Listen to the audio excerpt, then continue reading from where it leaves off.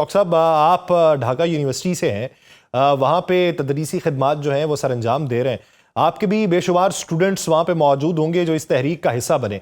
सबसे पहले हादी की अगर शख्सियत को हम एक मंजर कशी के अंदर लाना चाहें तो आपके नज़दीक हादी एक उभरता हुआ सितारा क्यों था और उसकी वजूहात क्या थी? जी, बहुत शुक्रिया मुझे मौका देने के लिए।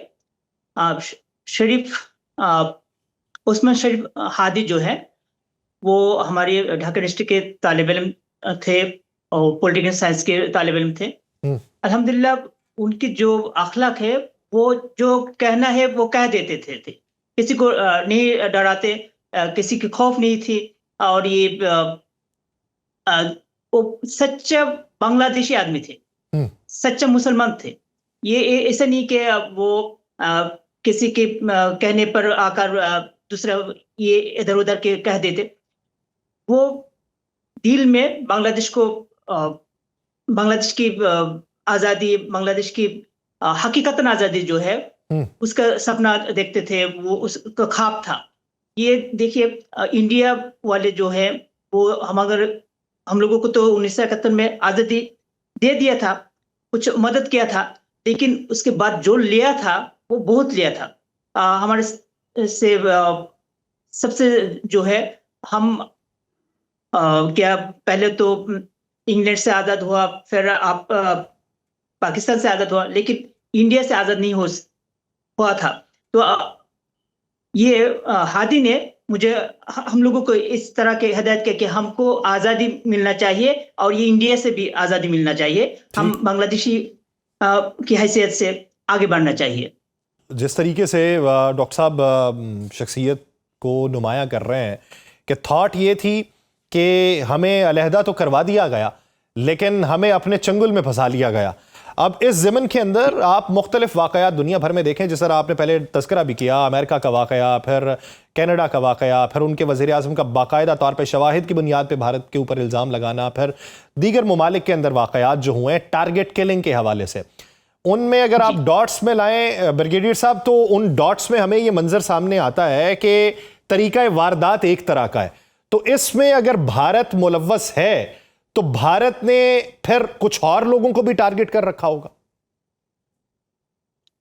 देखिए, मैं डॉक्टर साहब ब्रिगेडियर साहब मौजूद है, मैं जरा उनका मौक़िफ़ ले लूं फिर आपकी तरफ आता हूं। जी ब्रिगेडियर साहब, ये लास्ट वाली लाइन क्या थी आपकी? मैंने कहा सर, अगर टारगेट किया गया है उस्मान शरीफ हादी को इस बुनियाद पे कि वो भारत मुखालिफ था, फिर तो और भी टारगेट पे बहुत सारे लोग होंगे। जी जी, लाइकली ये है, देखें कि उन्होंने यकीनन वो देख रहे होंगे, स्पेशली जो वो समझते हैं जो उनके मुखालिफ हैं, या और विदन देखें अवामी लीग की अपनी प्रेजेंस भी बांग्लादेश के अंदर है, तो लाइकली सिंपैथाइजर्स तो हैं। और देखें कि 50 साल में एक इन्फ्लुएंस रहा कर रहा है, everything was being controlled by रहा, तो वो उनकी यकीनन एक कोशिश इस पे जरूर होगी। लेकिन एक अभी अवेयरनेस हुई है और दुनिया को ये देखना पड़ेगा कि ट्रांसनेशनल रिप्रेशन में इंडिया हाथ से निकल चुका है।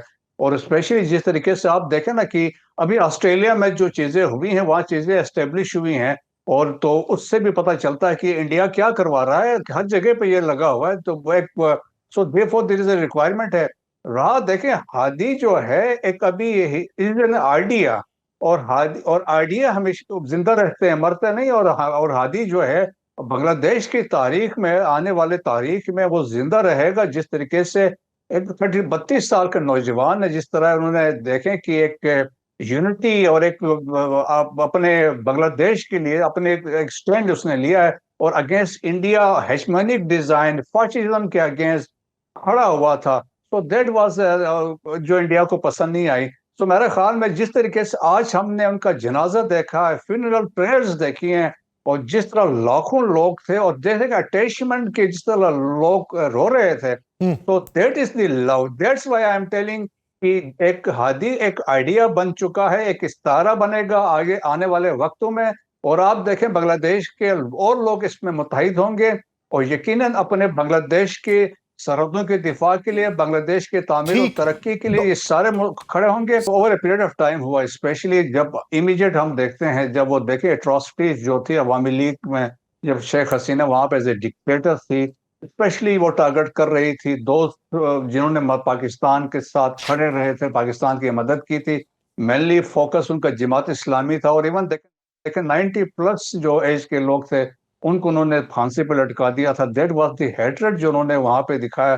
फिर इसके बाद देखें स्पेशल कोटा सिस्टम का प्लानिंग उन्होंने अनाउंस की थी कि जो लोग पाकिस्तान मुक्ति वाहिनी के जो लोग थे उनको किया था। तो एक अवेयरनेस लोगों में थी, और जिस तरीके से वहां पे हेट्रेड पाकिस्तान के अगेंस्ट डेवलप हो रहा था। इवन देखे ना, गवर्नमेंट तो शेख हसीना की थी, लेकिन इसमें अभी इवन कहते हैं सेक्रेटरी से इवन जो आर्मी में प्रमोशन वगैरह की वो थी, वो भी आए जो रॉ वाले कंट्रोल करते थे उनके परमिशन से चलती थी। तो that was the state of affairs. तो लावा तो पक रहा था, लेकिन इमीडिएट कॉजेज यही हुई है जब वो ये कोटा सिस्टम वाला हुआ, और इसके बाद जनरेशन जी यंगस्टर्स जो बच्चे थे जिस तरीके से वो खड़े हुए और जिस तरह उन्होंने स्टैंड लिया, और देखें जिस तरह ये लीडरशिप इन्होंने दिखाई, जिस तरीके से ये हादी था वाज 32 इयर्स और बाकी जो लोग इनके साथ थे, और जिस तरह के पब्लिक ने रिस्पांस किया है, तो वो दैट वाज फेनोमिनल। और देखें कि यकदे उन्होंने जिस तरीके से, और जिस तरह 1400 लोग की शहादतें हुई, लेकिन दे फोर्स, और she has to fled Dhaka, और वो इंडिया जाके बैठी और वहां से बैठ के अभी प्लानिंग कर रही है किस तरीके से यहाँ पे बांग्लादेश को डिस्टेबलाइज करें।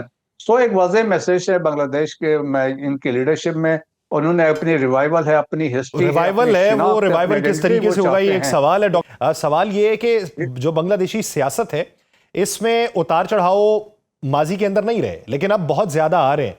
ये उतार चढ़ाव सस्टेनेबिलिटी में किस तरीके से कन्वर्ट होंगे? जी अभी देखें, मेरे ख्याल में जिस तरह रियलाइजेशन आ गई है और इस तरह यंगस्टर्स लीड कर रहे हैं, मेन स्ट्रीम पोलिटिकल पार्टी से खालिदा जिया की बांग्लादेश नेशनल पार्टी है, और इसके अलावा जमात इस्लामी है, और फ्यूचर में लाइकली है जब इलेक्शंस होंगे एक कोलिशन बनेगी, यही पार्टीज आगे आएंगे। और बल्कि ये देखें, हादी तो उन्होंने इनकलाब मंचो नाम के साथ एक पार्टी बनाई थी, और उनका अल्टीमेट ये था कि वो इंडिपेंडेंट इलेक्शन लड़ना चाहते थे। तो इस तरह बाकी लड़के भी जो यंगस्टर्स है, जो बेसिकली पिलर्स थे, जो अभी भी इस हिस्सा है इस इंटरम सेटअप में, यकीनन उनके पास वो इतने हर दिल अजीज जो लीडर्स हैं वो भी इलेक्शन लड़ सकते हैं। They will also form part of it. लेकिन ये है कि ये इंडिया के चुंगल से, जो इंडिया के इन्फ्लुएंस से निकल आए हैं, अपनी अब अलग शिनाख्त जो देखें बंगाली मुसलमानों के बहुत बड़ा पाकिस्तान की स्ट्रगल में तो बुनियाद इन्होंने रखी थी, और बहुत कलीदी किरदार था।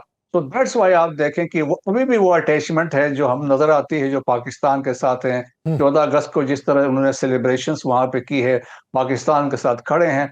सो मेरा ख्याल में हम तमाम मुस्लिम ममालिक को, स्पेशली पाकिस्तान को, हमें इस मामले पे उनके साथ खड़ा होना तो चाहिए। ये बांग्लादेशी सियासत का एक टर्निंग पॉइंट है, और इसके बाद जो सियासी तौर पे वहां पे इस्तराब पैदा हो रहा है और जो एक नई सोच जन्म ले रही है, ये बांग्लादेश को बेहतर समत में गामजन करेगी।